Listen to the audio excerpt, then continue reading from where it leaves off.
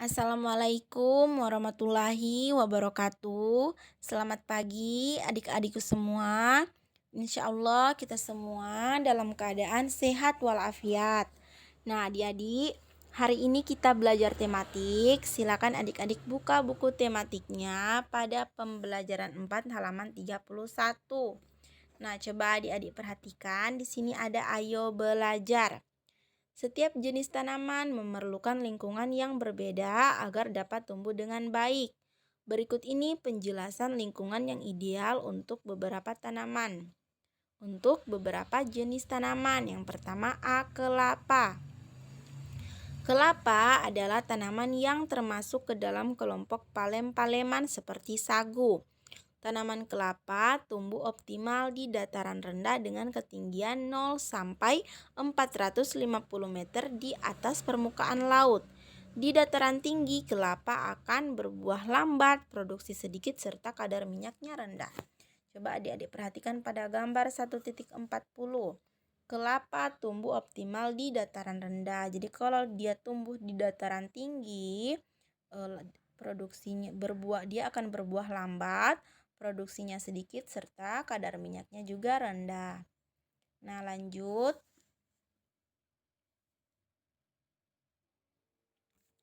Tanaman kelapa tumbuh optimal pada suhu 20 sampai 27 derajat Celcius dan sangat peka pada suhu rendah. Jika kelembapan udara terlalu rendah, maka penguapan akan tinggi sehingga tanaman akan kering dan buah jatuh lebih awal. Namun, bila kelembapan udara tinggi, penyakit tanaman akan mudah timbul. Tanah yang baik untuk pertumbuhan kelapa adalah endapan aluvial. Tanaman kelapa membutuhkan tanah yang datar atau tidak miring. Nah, lanjut B. Kopi. Tanaman kopi merupakan jenis tanaman yang kuat dan kaku. Tanaman kopi hidup subur di daerah pegunungan yang sejuk. Tanaman kopi robusta dapat tumbuh optimal pada ketinggian 400 sampai 700 meter di atas permukaan laut.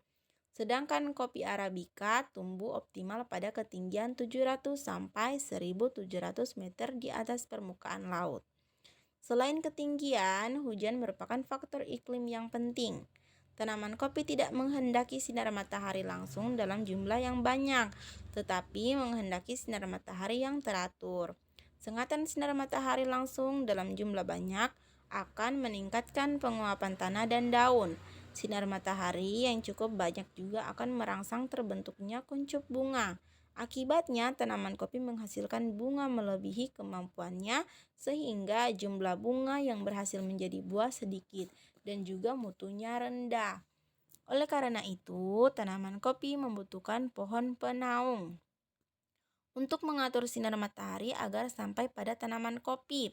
Dilakukan dengan cara mengatur pohon penaung. Tanaman penaung diatur agar tanaman kopi bisa tumbuh pada tempat yang teduh, tetap mendapatkan sinar matahari yang cukup. Angin memiliki peranan penting dalam proses penyerbukan, namun angin juga dapat merusak tajuk tanaman atau menggugurkan bunga. Angin kencang pada musim kemarau akan mempercepat terjadinya penguapan dari daun dan tanah sehingga menyebabkan kekeringan. Secara umum, tanaman kopi memerlukan tanah yang subur dan kaya akan nutrisi. Oleh karena itu, tanah di sekitar tanaman harus diberi pupuk. Selain itu, tanaman kopi juga menghendaki tanah yang masam. Nah, adik-adik lanjut masih pada pembelajaran 4 halaman 34. Perhatikan di sini ada ayo belajar. Seperti yang telah dijelaskan sebelumnya, kita memiliki hak atas sumber daya dan kita juga memiliki kewajiban atas sumber daya alam tersebut. Hak kita sebagai manusia adalah memanfaatkan dan mengolahnya.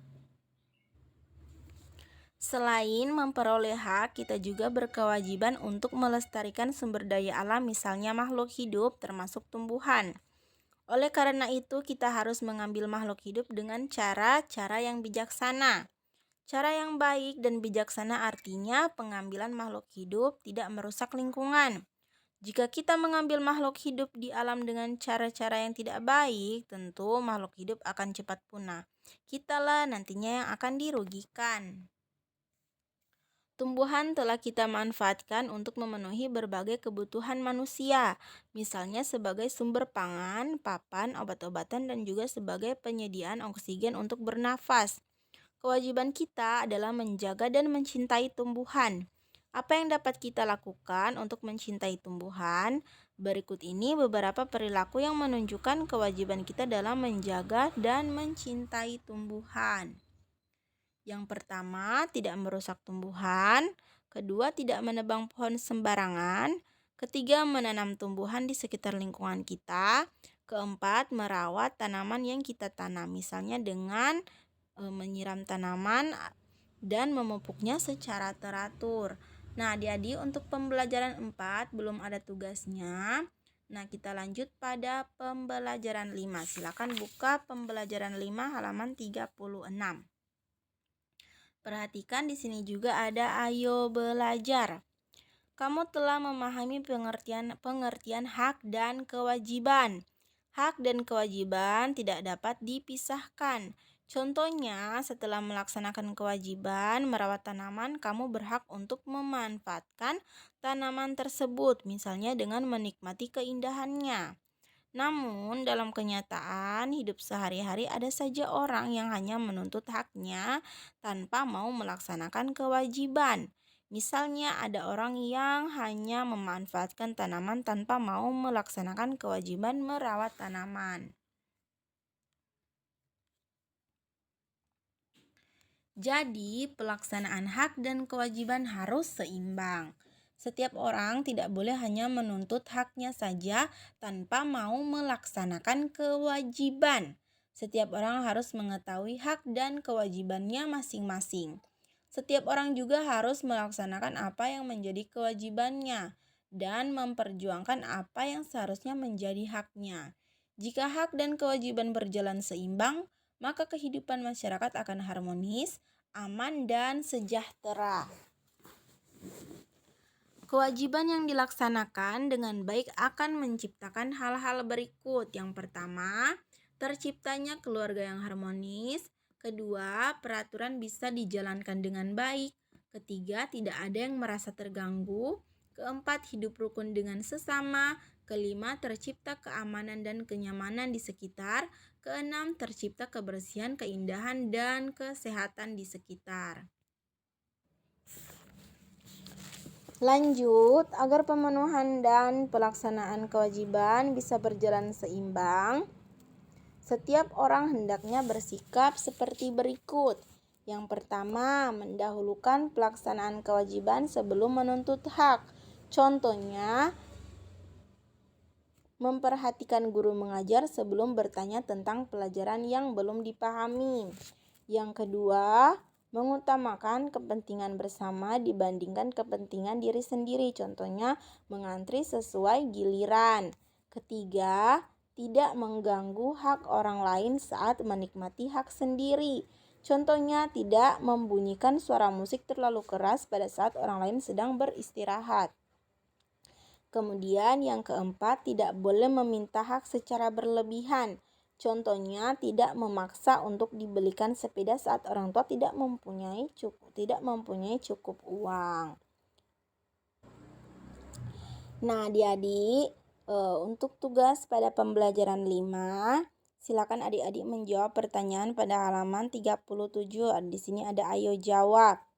Jawablah secara lisan, tapi tidak apa-apa, dijawab saja di buku, jadi silakan ditulis di buku tulis. Nomor 1, jadi dikerjakan hanya nomor 1 sampai nomor 3 saja ya adik-adik. Apa yang dimaksud dengan hak dan sejak kapan manusia memiliki hak? Nah, sejak kapan manusia memiliki hak? Silakan dijawab. Kemudian apa yang dimaksud dengan kewajiban? Kemudian nomor 3, sebutkan masing-masing 2 contoh hak dan kewajiban. Nah, jadi silakan menjawab pertanyaan pada halaman 37. Ayo jawab. Dijawab hanya nomor 1, 2, dan 3. Nomor 4 dan 5 tidak usah.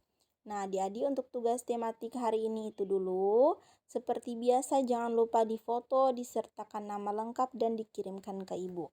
Terima kasih. Lebih dan kurangnya ibu mohon maaf. Wassalamualaikum warahmatullahi wabarakatuh.